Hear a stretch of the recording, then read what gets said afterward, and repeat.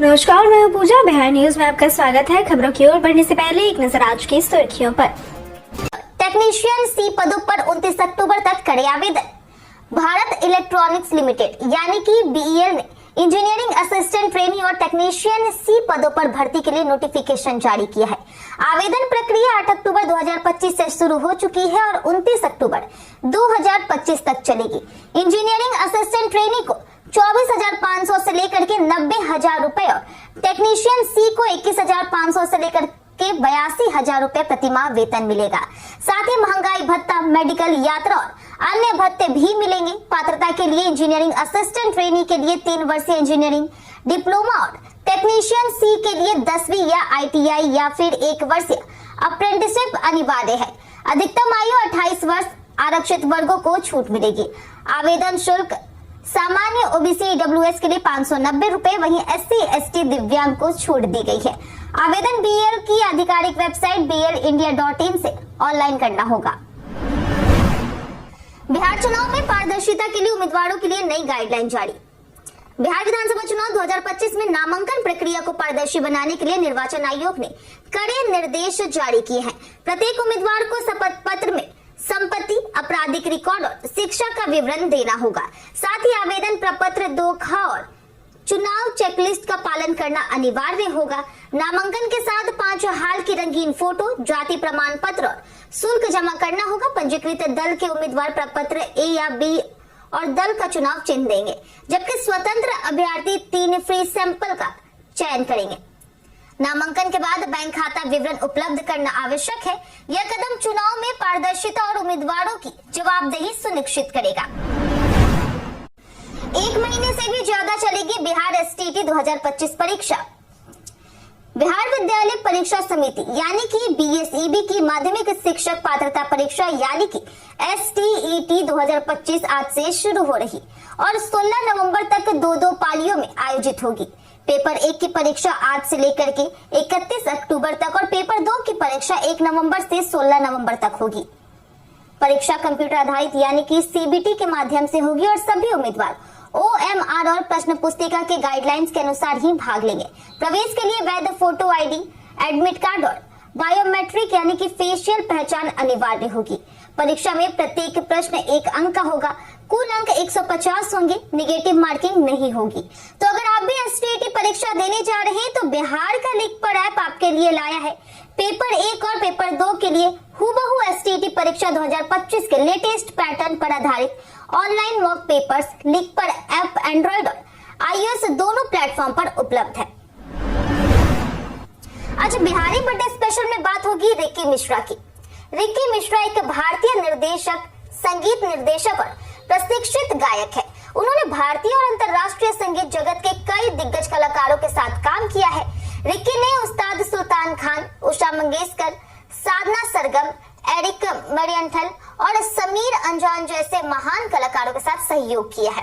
इसके अलावा उन्होंने KK, कुणाल गंजावाला, जावेद अली, रूप कुमार, आकृति कुमार, आकृति राठौर, MD कक्कर और मिक्का सलामत जैसे प्रसिद्ध गायकों के साथ भी काम किया है। उनके संगीत निर्देशन को नवाचार और मधुरता के लिए जाना जाता है। IRCTC घोटाले में लालू राबड़ी और तेजस्वी पर चलेगा मुकदमा। दिल्ली के राउज एवेन्यू कोर्ट ने लालू प्रसाद यादव, राबड़ी देवी और तेजस्वी यादव को IRCTC घोटाले में आरोपी माना है। अब तीनों पर मुकदमा चलेगा। कोर्ट ने कहा है कि टेंडर घोटाले की साजिश लालू की जानकारी में रची गई थी, जिससे परिवार को फायदा हुआ। लालू ने आरोपों को राजनीतिक प्रतिशोध बताया। मामला रांची और पुरी स्थित IRCTC घोटाले के टेंडर में भ्रष्टाचार से जुड़ा है। तीनों पर IPC की धारा 420 और 120B के तहत धोखाधड़ी और आपराधिक साजिश के आरोप है। दोषी पाए जाने पर 1 से 7 साल की सजा हो सकती है। लैंड फॉर जॉब केस का फैसला 10 नवंबर को होगा। Muzaffarpur railway station world class junction बनकर होगा तैयार। बिहार के मुजफ्फरपुर रेलवे स्टेशन को वर्ल्ड क्लास जंक्शन की तरह तैयार किया गया, जिसका औपचारिक उद्घाटन बाकी है। स्टेशन पर 3 फ्लोर वाला आधुनिक कंबाइंड टर्मिनल बिल्डिंग बनाई गई है। ग्राउंड फ्लोर पर रिजर्वेशन और अनरिजर्व टिकट काउंटर, फर्नीचर और प्रशासनिक ऑफिस तैयार किया गया है। पहले फ्लोर पर RPF ऑफिस और 8 प्लेटफॉर्म जोड़ने वाला स्काईवॉक ब्रिज बनाया जा रहा है। एलिवेटेड रोड का काम भी प्रगति पर है। वहीं स्टेशन पर आधुनिक पार्किंग सुविधा भी उपलब्ध होगी। नया स्टेशन पैसेंजर्स को आधुनिक व्यवस्थाओं और सुविधाओं के साथ बेहतर सफर अनुभव प्रदान करेगा। ईपीएफ खाते से अब निकाल सकेंगे 100% राशि। ईपीएफओ ने अपने 7 करोड़ से अधिक सदस्यों के लिए आंशिक निकासी नियमों को सरल बनाने का ऐलान किया है। श्रम मंत्री मनसुख मांडविया की अध्यक्षता में केंद्रीय न्यासी बोर्ड यानी कि सीबीटी की बैठक में 13 जटिल प्रावधानों को एक नियम में विलय किया गया। अब सदस्य अपने ईपीएफ खाते से कर्मचारी और नियोक्ता हिस्से समेत पात्र शेष राशि का 100% तक निकाल सकेंगे। निकासी को 3 श्रेणियों में बांटा गया है। जरूरी खर्च जैसे बीमारी, शिक्षा, विवाह, घर की जरूरत और विशेष परिस्थितियां हैं।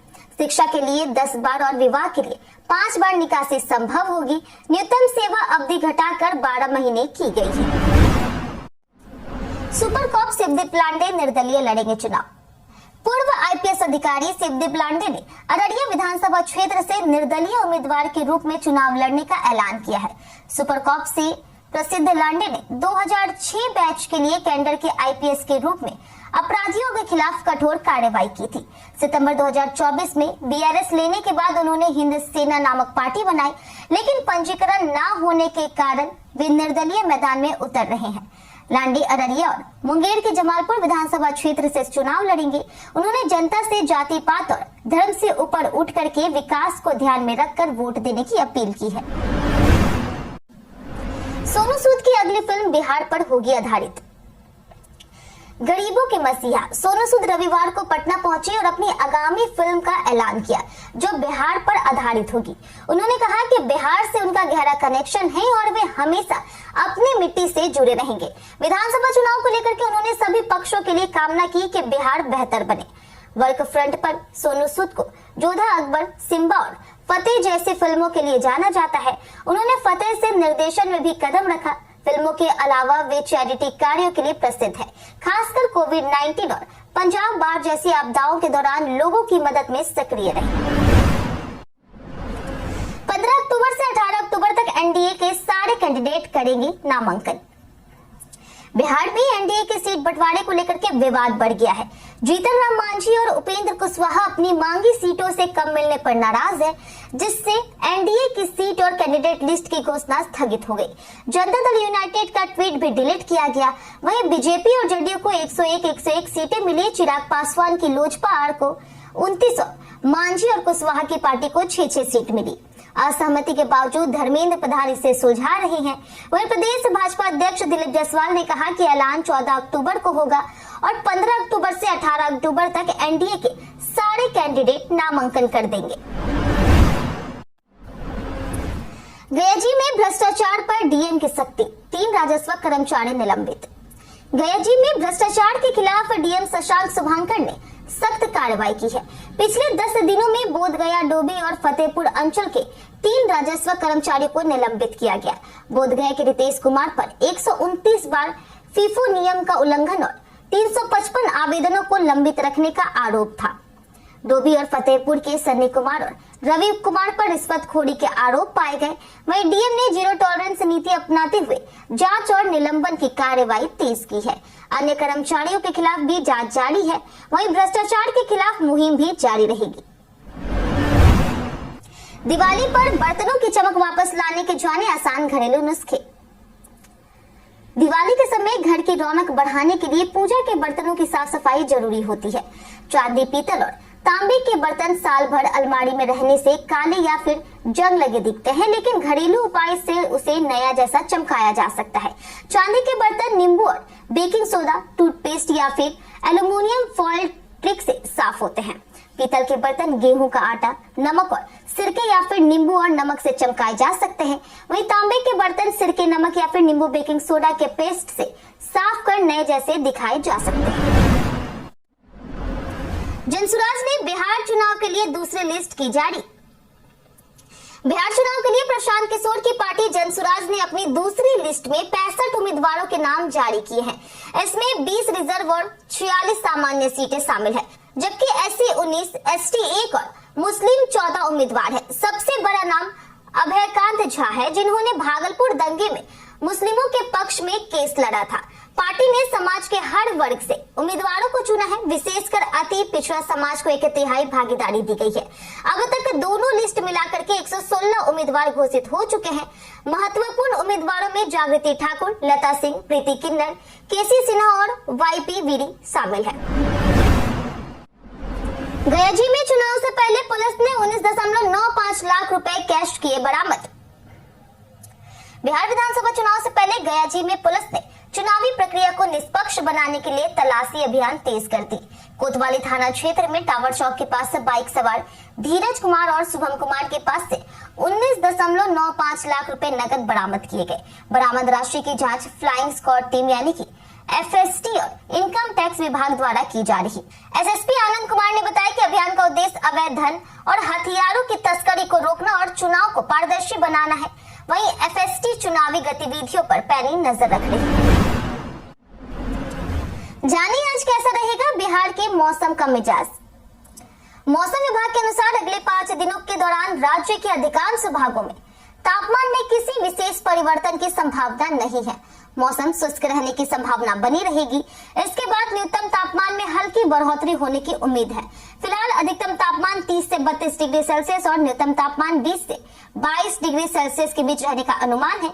मौसम में फिलहाल किसी तरह की वर्षा या फिर तेज हवाओं की संभावना नहीं है, जिससे दिन में हल्की गर्मी और रात में हल्की ठंडक बनी रह सकती है। मोतिहारी पुलिस ने 20,000 लीटर जावा शराब किया नष्ट। मोतिहारी पुलिस ने विधानसभा चुनाव से पहले बड़ी कार्रवाई करते हुए जिले भर में अवैध शराब पर नकेल कसी है।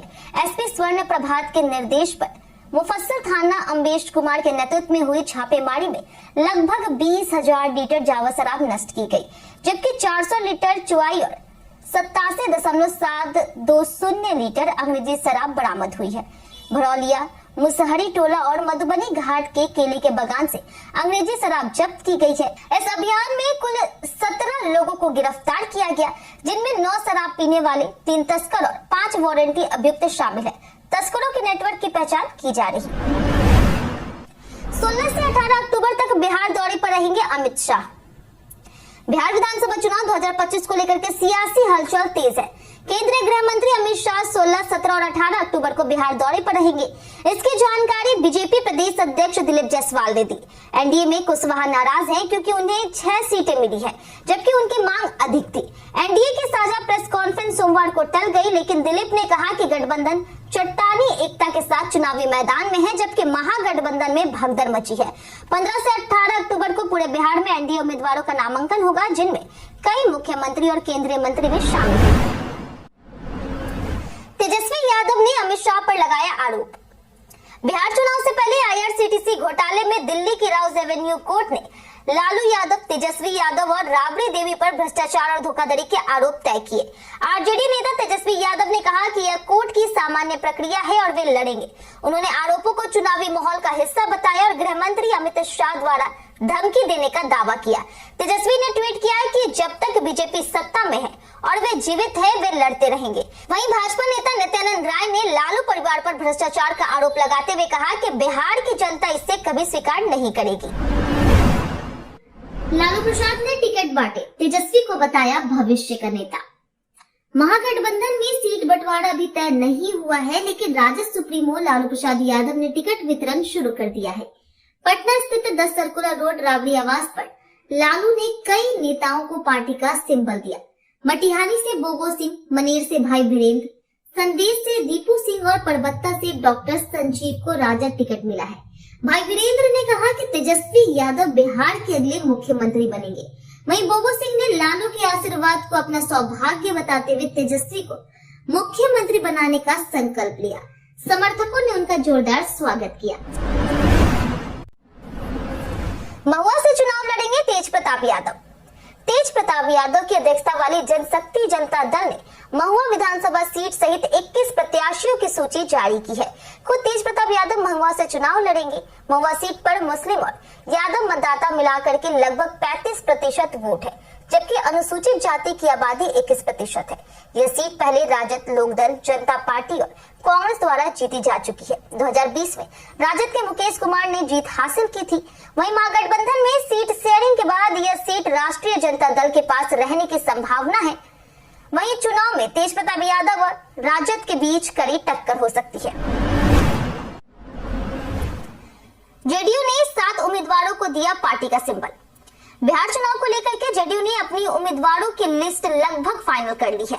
मीडिया में चल रही खबरों के अनुसार 7 उम्मीदवारों को पार्टी का सिंबल मिल चुका है।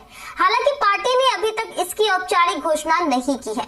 वहीं मोकामा से बाहुबली अनंत सिंह चुनाव लड़ेंगे और वे आज ही नॉमिनेशन दाखिल करेंगे। वहीं भोरे से शिक्षा मंत्री सुनील कुमार, सोनवर्षा से मद्य निषेध मंत्री रत्नेश सदा, राजपुर से पूर्व मंत्री संतोष कुमार निराला, जमालपुर से पूर्व मंत्री शैलेश कुमार, वैशाली से सिद्धार्थ पटेल और झाझा से दामोदर रावत को भी पार्टी का सिंबल दिया गया। भारत जीत के बेहद करीब, सिर्फ 121 रन का है लक्ष्य।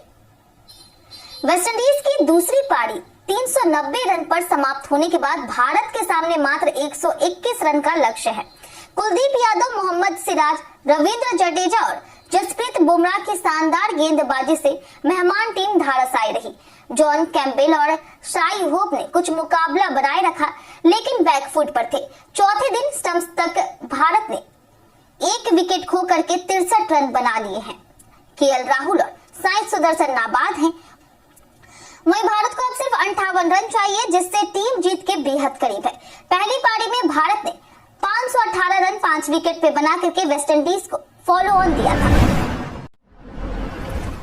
कई कारणों से दर्ज है भारत के इतिहास में आज की तारीख। 1240 में भारत की पहली महिला शासिका रजिया सुल्तान का निधन हुआ। 1863 में उद्योगपति लालू भाई सामलदास मेहता का जन्म हुआ।